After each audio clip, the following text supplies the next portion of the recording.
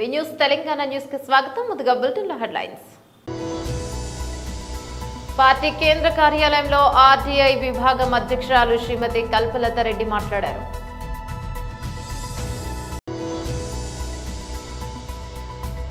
Renew ప్రాజెక్టుకు శంకుస్థాపన.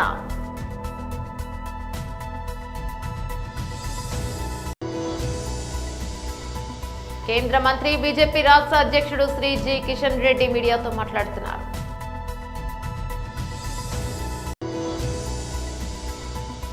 తెలంగాణ భవన్లో బీఆర్ఎస్ నాయకుల ప్రెస్ మీట్.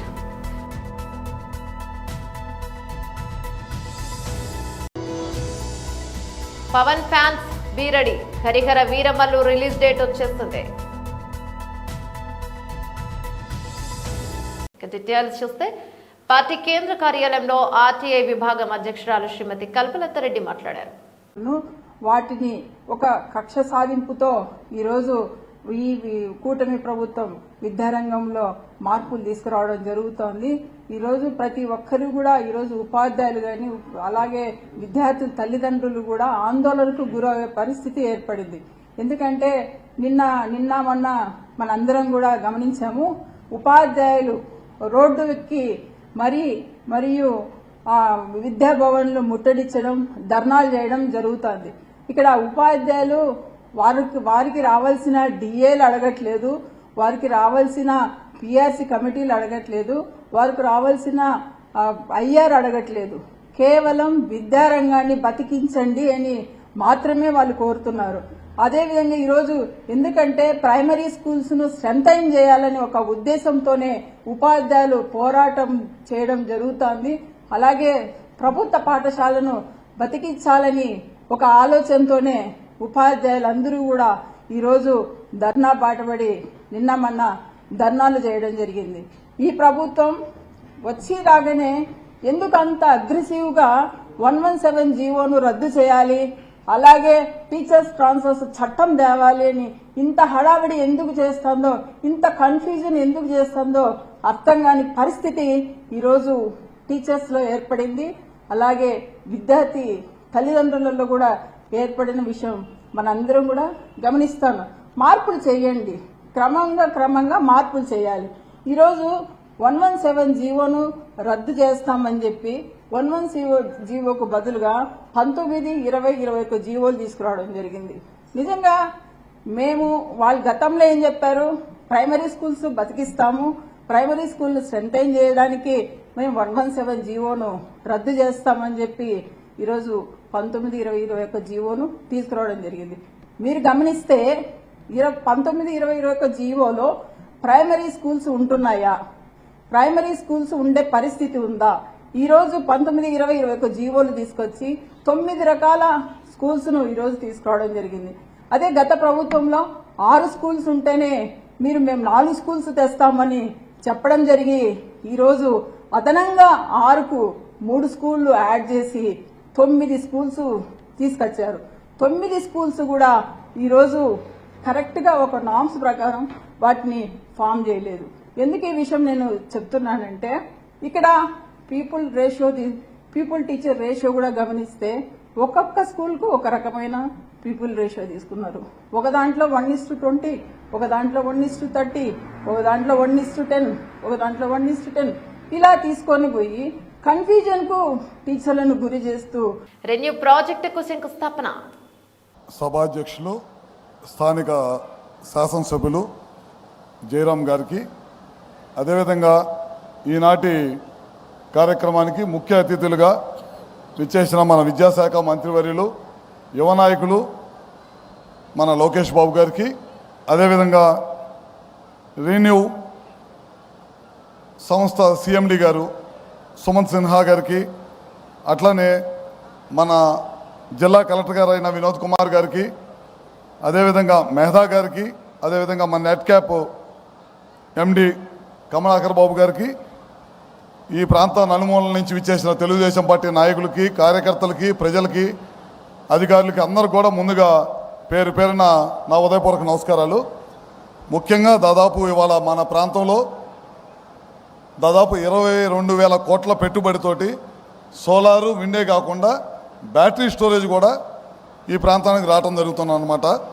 అది దావోస్లో మన నారా లోకేష్ గారు ప్రభుత్వం అధికారంలోకి వచ్చిన తర్వాత అక్కడికి వెళ్ళినప్పుడు వీళ్ళతో మాట్లాడి ఎట్టి పరిస్థితుల్లో ఈ ప్రాంతంలోకి ఈ పెట్టుబడిని తీసుకురావాలి, ఇక్కడున్న స్థానికంగా ఉన్న యువతకి ఉద్యోగ కల్పన కావాలి, రైతాంగానికి మంచి కౌలు రావాలనే ఉద్దేశంతో ఈ ప్రాజెక్ట్ ఇక్కడ తీసుకురావడం జరిగింది. అదేవిధంగా మన ప్రభుత్వం అధికారంలోకి వచ్చిన తర్వాత గాంధీనగర్లో ప్రధానమంత్రి గారి అధ్యక్షన ఒక మీటింగ్ జరిగితే చంద్రబాబు నాయుడు గారు అక్కడికి వెళ్ళినప్పుడు దాదాపు 7-8 మంది రాష్ట్రాలకు సంబంధించిన ముఖ్యమంత్రులు కానీ మిగతా వాళ్ళు కానీ చాలా పెద్ద ఎత్తున అక్కడికి రావడం జరిగింది.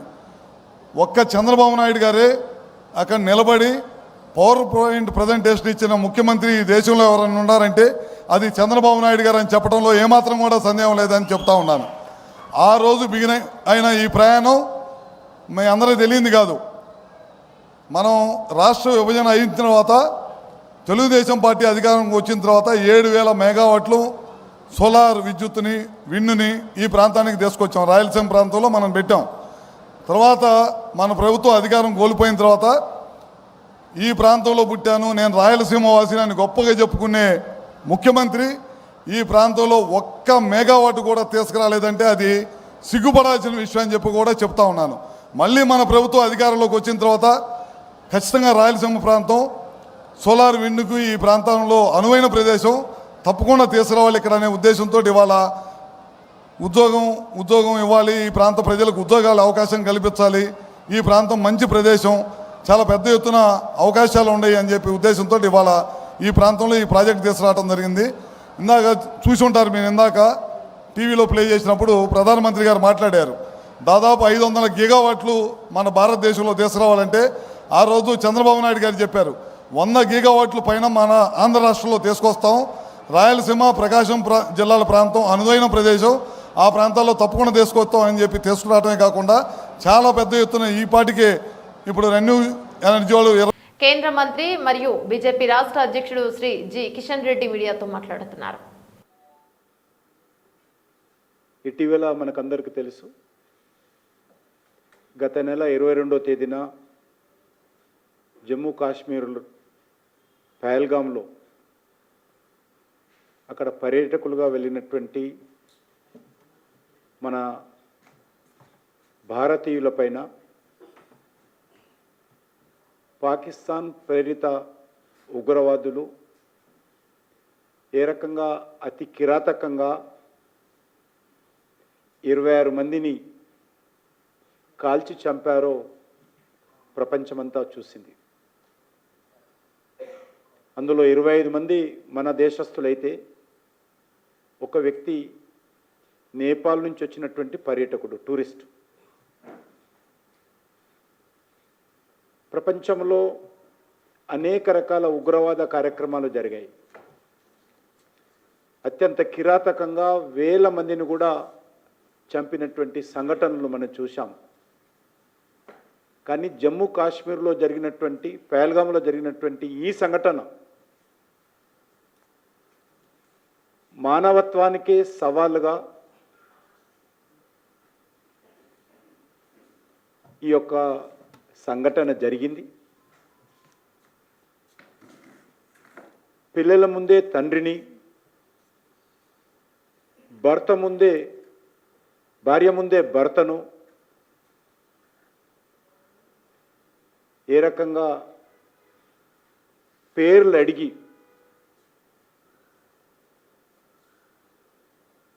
డివైడ్ చేసి ఇంత కిరాతకంగా చంపినటువంటి సంఘటన ప్రపంచంలో మొదటిసారి జరిగింది. మన దేశమే కాదు, యావత్ ప్రపంచమంతా కూడా ఈ యొక్క పహల్గాం ఉగ్రవాద దాడిని ఖండించిన విషయం మనం చూస్తున్నాం.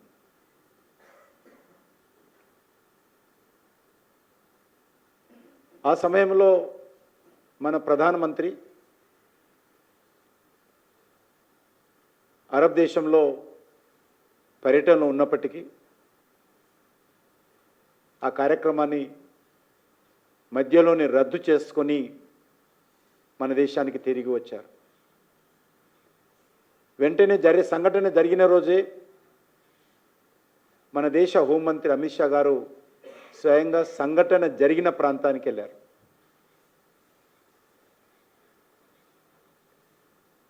మన ప్రధానమంత్రి గారు వచ్చిన తర్వాత వెంటనే మనం ప్రకటించడం జరిగింది. ఏ ఉగ్రవాదులైతే ఈ యొక్క కిరాతకమైనటువంటి మానవ సమాజానికే సవాలుగా నిలిచినటువంటి చెప్పేటువంటి సెక్యులరిజానికే భంగం కలిగించినటువంటి దేశ సమగ్రత సమైక్యతకే సవాల్ తెలంగాణ భవన్లో బీఆర్ఎస్ నాయకులు ప్రెస్ మీట్ నిర్వహించారు. చూడడం జరిగింది. దానికి చాలా స్పష్టంగా తెలంగాణ ప్రధానికం కానివ్వండి, సెంట్రల్ యూనివర్సిటీ విద్యార్థులు కానివ్వండి, అదేవిధంగా అక్కడ central university Hyderabad central university ప్రొఫెసర్లు చేసినటువంటి ఆందోళనలు, మరి పర్యావరణ ప్రేమికులు చేసినటువంటి నిరసనలు, తెలంగాణ మరి అదేవిధంగా హైదరాబాద్ సెంట్రల్ యూనివర్సిటీ విద్యార్థులు చేసినటువంటి పోరాటాల ఫలితంగా మరి నేను చేసినట్టు హైకోర్టు సుప్రీంకోర్టు చేసినటువంటి తీర్పుని మరి ప్రజలందరూ కూడా స్వాగతిస్తూ ఉన్నారు. చాలా తృప్తిని వ్యక్తం చేస్తూ మరి అందరూ కూడా కృతజ్ఞతలు తెలియజేసేటువంటి సందర్భం అని చెప్పి సందర్భంగా మనవి చేస్తూ ఉన్నాను. మరొకసారి రుజువైంది, మరి రాష్ట్రంలో గుంటనక్క పాత్ర పోషిస్తున్న ఎవరో స్పష్టంగా మరొకసారి రుజువైంది. ఆ రోజు అసెంబ్లీలో ముఖ్యమంత్రి రేవంత్ రెడ్డి గారు మాట్లాడుతూ హైదరాబాద్ సెంట్రల్ యూనివర్సిటీలో విద్యార్థులు ఎవరు పోరాటం చేస్తలేరు, అక్కడ ప్రొఫెసర్లు ఎవరు ఆందోళన చేయట్లేదు, పర్యావరణ ప్రేమికులు ఎవరు కూడా మరి ఆందోళనలు కానీ నిరసనలు తెలియజేయట్లేదు, కేవలము గుంటనక్కలు కాచుకొని ఉన్నాయి అక్కడ అని చెప్పి ఒక మాట అసెంబ్లీ వేదికగా రికార్డులో మాట్లాడిన సందర్భాన్ని గుర్తు చేస్తూ మరి ఈరోజు ఈ యొక్క వ్యవహారంపై సుప్రీంకోర్టు చేసినటువంటి వ్యాఖ్యలని ఒక్కసారి పరిగణలోకి తీసుకుంటే మరి రాష్ట్రంలో గుంటనక్క ఎవరు, దొంగ చాటున ఎవరు ఈ యొక్క వ్యవహారాలు నడిపిస్తున్నారు, భూములు దొంగతనంగా అమ్ముకోవాల్సిన అవసరం ఏమున్నది అని స్పష్టంగా సుప్రీంకోర్టు ప్రశ్నించినప్పుడు సాక్షాత్ ముఖ్యమంత్రి రేవంత్ రెడ్డి గారే మరి గుంటనక్కలాగా వ్యవహరిస్తున్నారని చెప్పి సందర్భంగా మనవి చేస్తా ఉన్నాను. ముఖ్యంగా ఈ యొక్క భూముల వ్యవహారం అయితే ముఖ్యంగా హైదరాబాద్ సెంట్రల్ యూనివర్సిటీకి సంబంధించినటువంటి కంచె గచ్చిబౌలికి సంబంధించినటువంటి భూముల వ్యవహారంలో ఎందుకు వారాంతపు సెలవులలో, ఎందుకు కోర్టులు పనిచేయని సమయంలో గుంటనక్కలాగా పనిచేయాల్సిన అవసరం ఏముందని ప్రత్యక్షంగా పరోక్షంగా అర్థమయ్యే విధంగా సుప్రీంకోర్టు వ్యాఖ్యానించడం అందరం కూడా గమనిస్తూ ఉన్నాం, అందరం చూస్తూ ఉన్నాం. కాబట్టి కేవలం ఒక 10,000 కోట్ల రూపాయలకి కక్కుర్తి పడి మరి ఏ రకంగా దాన్ని సాధించాలనేటువంటి ఉద్దేశంతో మరి పర్యావరణ విధ్వంసానికి పాల్పడ్డటువంటి ముఖ్యమంత్రి రేవంత్ రెడ్డి గారు మళ్ళొకసారి ఏ రకంగా దొంగలాగా దొరికిపోయినాడో స్పష్టంగా మనకు అందరికీ అర్థమవుతా ఉన్నది. ఎన్నిసార్లు కోర్టులు ముట్టకాయలు వేసినా తన బుద్ధి మార్చుకోవడం లేదు. న్యాయస్థానం ఎన్నిసార్లు గడ్డిపెట్టినా ఈ ముఖ్యమంత్రి రేవంత్ రెడ్డి గారిలో మార్పు రావడం లేదు. కాబట్టి కేవలం ఆయన యొక్క రాజకీయ స్వార్థం కోసానికి ఏ రకంగానైతే ప్రజలను పవర్ స్టార్ పవన్ కళ్యాణ్ అభిమానులు ఎంతో ఆసక్తిగా ఎదురుచూస్తున్న ప్రతిష్టాత్మక చిత్రం హరిహర వీరమల్లు విడుదల తేదీ ఖరారైంది. ఈ భారీ బడ్జెట్ సినిమాను జూన్ 12న ప్రపంచవ్యాప్తంగా ప్రేక్షకుల ముందుకు తీసుకురానున్నట్లు చిత్ర బృందం నేడు అధికారికంగా ప్రకటించింది.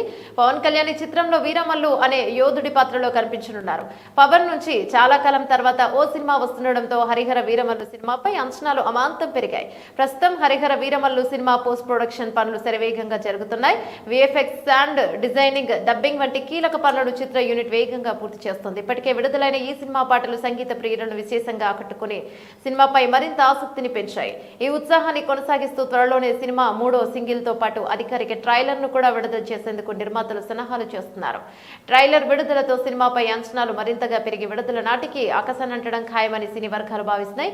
ఆలస్యం అయినప్పటికీ దర్శకుడు ఏఎం జ్యోతి కృష్ణ ఈ ప్రాజెక్టు బాధ్యతను చేపట్టి సినిమాను అనుకున్న విధంగా తీర్చిదిద్దడంలో అహర్నిశలు శ్రమిస్తున్నారు. ఆస్కార్ విజేత ఎంఎం కీరవాణి అందిస్తున్న సంగీతం, మనోజ్ పరమహంస సినిమాటోగ్రఫీ, తోట తరుణి ప్రొడక్షన్ డిజైన్ ఈ సినిమాకు ప్రధాన ఆకర్షణలుగా నిలవనున్నాయి.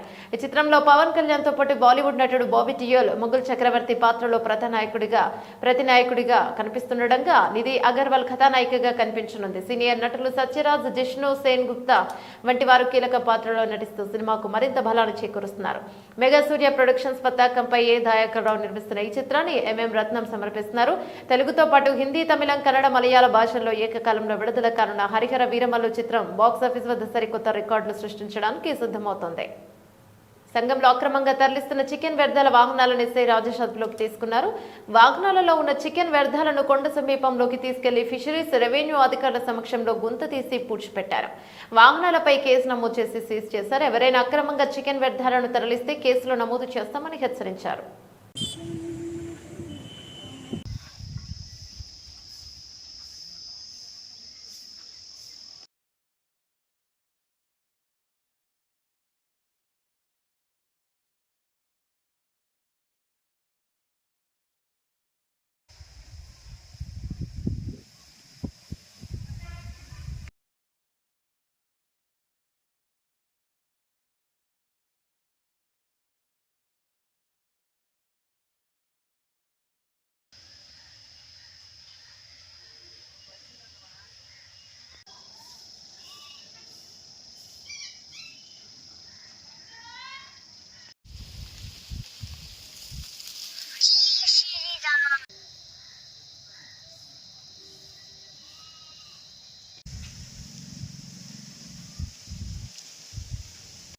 సంగం మండలంలో ఈరోజు 2 చికెన్ వ్యర్థాలకు సంబంధించిన బండ్లని ఫిషరీస్, రెవెన్యూ వారి సహకారంతో పట్టుకొని వాటిని కొండ ప్రాంతంలో యథావిధిగా ఎప్పటిలాగే మనం వాటిని డిస్మాంటిల్ చేసేసాము.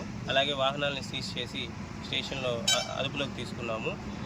ఎప్పుడైనా సరే ఇకపై మండలంలో చికెన్ వ్యర్థాలు ఎప్పుడు అవి చట్ట వ్యతిరేకం, అవి తరలించడానికి లేదు, వాటిపై కఠిన చర్యలు ఉంటాయి. కొల్చారం మండలంలో గత 2 రోజుల్లో కురిసిన భారీ వర్షాల నేపథ్యంలో తహసీల్దార్ శ్రీనివాసాచారి మండల వ్యాప్తంగా పర్యటించి ధాన్యం కొనుగోలు కేంద్రాలను సందర్శించారు. కొల్చారం, పోతంశెట్టిపల్లి, రంగంపేట కొనుగోలు కేంద్రాలలో తడిసిన ధాన్యాన్ని పరిశీలించారు. తూకం వేసిన బస్తాలు తడవడానికి గమనించి వెంటనే లారీలు తెప్పించి తూకం వేసిన బస్తాలను తరలించాలని నిర్వాహకులను ఆదేశించారు. రవాణా కాంట్రాక్టర్కు ఫోన్ చేసి తక్షణం 3 లారీలు పంపించాలని కోరారు.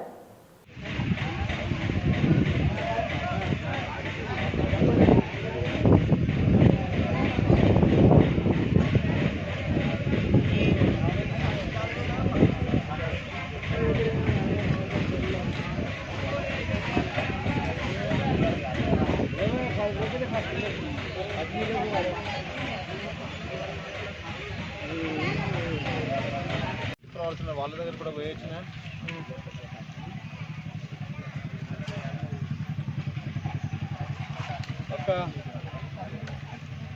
ఈ రోజు ఏమన్నా ఒక 3-4 పంపించగలుగుతావా?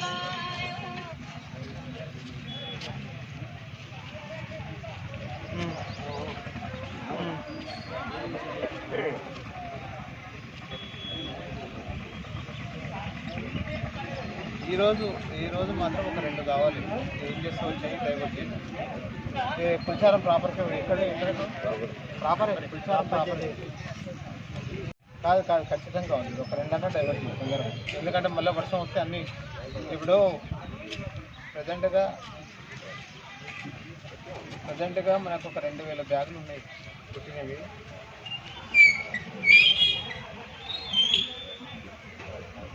చేస్తున్నారు, వాళ్ళు 40 మందిని పెట్టి తీసుకుంటారండి, కాదంటున్నాం.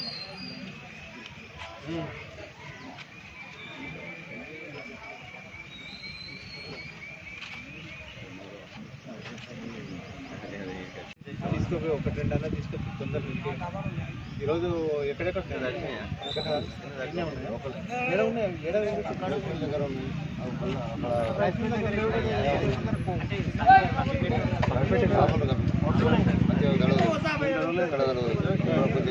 ఇవి కూడా టావల్ వేసినాకనే కప్పినాకనే దిగినది.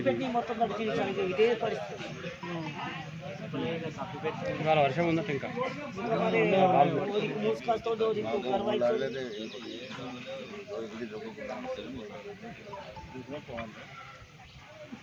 బులెటిన్ ముగించే ముందు హెడ్లైన్స్ మరోసారి.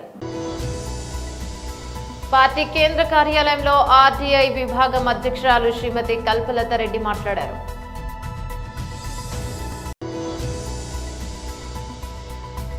రెన్యూ ప్రాజెక్టుకు శంకుస్థాపన.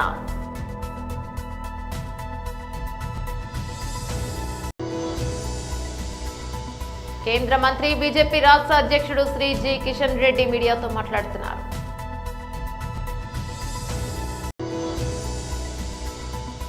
తెలంగాణ భవన్లో బీఆర్ఎస్ నాయకుల ప్రెస్ మీట్.